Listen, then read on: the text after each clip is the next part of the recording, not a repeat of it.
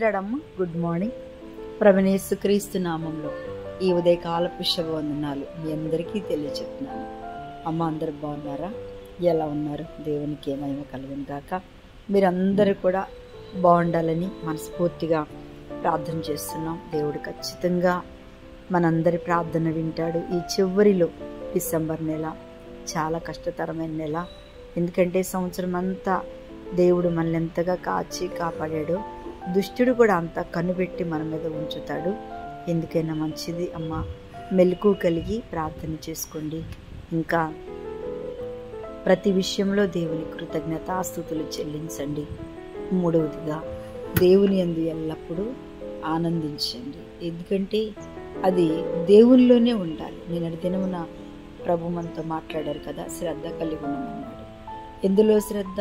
దేవుని పనిలో, దేవుని సేవలో, దేవుని కార్యాల్లో. తిమోతి పత్రికలో కూడా ఆయన తిమోతి గారు సంఘానికి రాస్తూ, మీ సొంత కార్యాలే చూసుకుంటున్నారు అందరూ, దేవుని కార్యాలను అంటే నా కార్యాలను ఎవ్వరూ ఏమీ చేయట్లేదు అని మరి ఆయన చాలా బాధపడుతున్నాడు కదండి. అందులో మనం చదివితే ప్రతి ఒక్కరూ కూడా సొంత కార్యాలే చేసుకుంటున్నారు, కానీ నా కార్యములు ఎవరూ చేయట్లేదు అని ఆయన బాధపడుతున్నాడు. నిజమే, ఆయన కార్యాలు ఏంటి అసలుకి చెప్పండి? మన సొంత కార్యాలంటే ప్రతి క్షణం మన సొంతం దానికి ఉపయోగించుకుంటాం కదా. రోజంతా మన కోసం, మన ఉద్యోగాల కోసం, మన సంపాదన కోసం, లేదంటే మన తిండి కోసం, మన అలంకరణ కోసం, మనం ఎలా ఉండాలి, ఎలా తయారవ్వాలి, ఏ రీతిగా మనం ఇతరులకు కనిపించాలి అనేటువంటి ప్రయాసలో చాలామంది రోజుల్లో ఉన్నారు. దేవునికి స్తోత్రం, హల్లెలూయా. ఈ రోజుల్లో స్త్రీలను చూసుకున్నా, పురుషులను చూసుకున్నా అందంగా కనపడాలని, తర్వాత నల్లగా ఉండొద్దని, తెల్లగా కనపడాలని, ఇంకా తర్వాత వస్త్రధారణలో కూడా మేము ఎవరికి తక్కువగా ఉండొద్దని, బంగారాల్లో, డబ్బుల్లో, ఫంక్షన్స్లో ఎవ్వరికి మేము తక్కువగా ఉండొద్దు, వాళ్ళు కొంచెం చేస్తే మేము ఎక్కువ చేయాలని సొంత కార్యాలు ఎంతోమంది పూనుకుని చేస్తున్నారు. కానీ దేవుని బిడ్డలారా, ఆయన బాధపడకుండా సొంత కార్యాలే చూసుకుని బాధపడుతున్నారు, కానీ నా కార్యాన్ని ఎవ్వరూ మరి చేయట్లేదు అని బాధపడుకోకుండా మనం కూడా దేవుని మాట అంటే శ్రద్ధ కలిగి, దేవుని పని అంటే శ్రద్ధ కలిగి మనం ఈ యొక్క కొత్త సంవత్సరంలో చక్కటి తీర్మానంతో నడుద్దామా? ఓకే, మంచిది. ఈరోజు వాక్యానికి మార్నింగ్ ఉదయకాలంలో సిద్ధపడి ప్రభు ఏం మాట్లాడతారో, ఈరోజు నేను వాక్యం విన్నాకే బయటికి వెళ్తా, వాక్యం విని ధైర్యపరుస్తా, వాక్యం విన్నాకే నేను ముందుకు సాగుతా అనుకుంటున్న ప్రతి ఒక్క బిడ్డకి దేవుడు మిమ్మల్ని బహుగా దీవించును గాక. ఆ వాక్యమే కష్టకాలంలో మిమ్మల్ని బ్రతికిస్తుంది. ఆ వాక్యమే శ్రమ వచ్చినప్పుడు, అనారోగ్యం వచ్చినప్పుడు, శోధన వచ్చినప్పుడు ఖచ్చితంగా ఈ వాగ్దానం మీ జీవితంలో నెరవేర్పు జరుగుతుంది. ఆమెన్ చెప్పండి. ఆమెన్. హల్లెలూయా, స్తోత్రం. ఈరోజు దేవుని యొక్క వాగ్దానం మత్తయి సువార్త 2వ అధ్యాయము 9వ వచనాన్ని చదువుతున్నాను. వారు రాజు మాటలు విని బయలుదేరిపోవచ్చుండగా, ఇదిగో తూర్పు దేశంను వారు చూసిన నక్షత్రము ఆ శిశువు ఉండిన చోటు మీదుగా వచ్చి నిలిచి వరకు వారి ముందుగా నడిచెను. వారు ఆ నక్షత్రమును చూసి అత్యానందభరితులై ఇంటిలోనికి వచ్చి తల్లి అయిన మరియను ఆయన శిశువుని చూసి సాగిలపడి ఆయనను పూజించి తమ పెట్టెలు విప్పి బంగారము, సాంబ్రాణి, బోళము కానుకలుగా ఇచ్చారట. ఎంత అద్భుతమైన అండి, ఎంత అద్భుతమైన పుట్టుక ఆయనది చూడండి. ఆయన పుట్టంగానే అది మాట విని ఏంటంటే ఆ నక్షత్రం చూసి ఎక్కడ పుట్టారంటే శుభ్రం బెత్లెహేము అందు ఆయన బెత్లెహేమునకు పంపాను.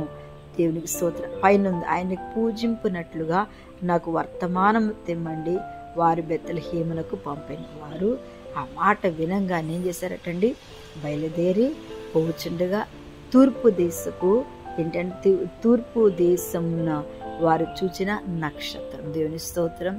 ఏంటంట?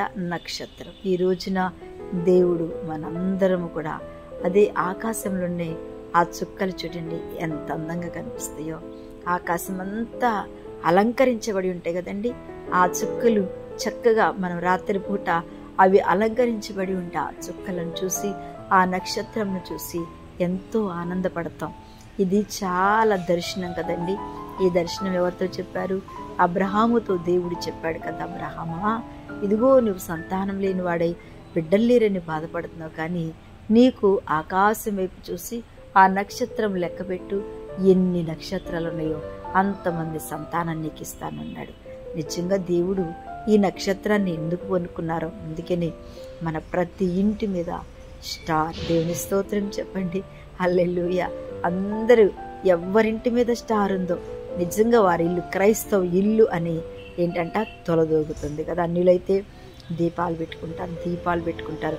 ఓ, ఇది దీపావళి అంటే అన్యుల ఇల్లు. కానీ అన్యుల వల్లే మనం దీపాలు పెట్టుకోవద్దు. కానీ మన క్రిస్మస్ వచ్చినప్పుడు మాత్రం తప్పకుండా మన ఇంటి మీద ఏం వెళ్ళాడండి?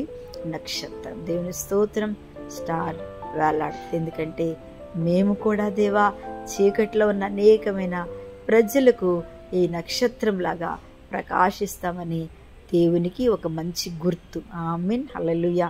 అందుకని అది ముందుగా నడుస్తుంటే నక్షత్రం చూసి అత్యానంత భరితులై ఇంటిలోనికి వచ్చి తల్లి అయిన మరియను ఆ శిశువును చూసి ఏమి పెరటండి? బంగారము, బోళము, సాంబ్రాణి విప్పి ఆయన పూజ చేస్తూ ఉన్నారు. దేవుని స్తోత్రం.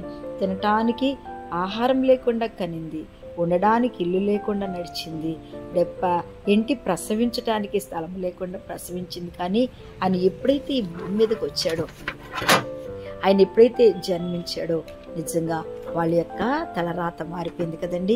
ఎలా పూజ చేస్తున్నారు ఇప్పుడు చూడండి. బంగారం, బోళం, సాంబ్రాణి, అబ్బా విలువైన వస్తువులు అప్పట్లో అవి. వాటికంటే విలువైనవి, అంతకంటే విలువైన మించినవిలే కదా. అలాంటి స్తుతింపదగిన దేవుడు, ఆరాధింపదగిన దేవుడు మనతో ఉండగా భయపడవద్దు. కళ్ళు మూసుకోండి. మీరు కూడా మంచి నక్షత్రంలాగా వచ్చే సంవత్సరంలో వెలుగునుగాక ప్రార్థన చేస్తున్న పరిశుద్ధుడ, ఈ ఉదయ కాలంలో ప్రతి ఒక్క బిడ్డ నిన్ను వెంబడించాలి, ఒక నక్షత్రంలాగా ప్రకాశించాలి, ప్రతి ఒక్క ఇల్లు ప్రకాశింపచేయునుగాకని ప్రార్థిస్తూ ప్రతి ఒక్కరి ఆరోగ్యాన్నిచ్చి తండ్రి కృపాక్షేమలతో కాపాడమని యేసునామములో అడుగుచున్న తండ్రి. ఆమేన్. Praise the lord. దేవుడు మిమ్మల్ని అందరినీ దీవించును గాక. ఆమేన్.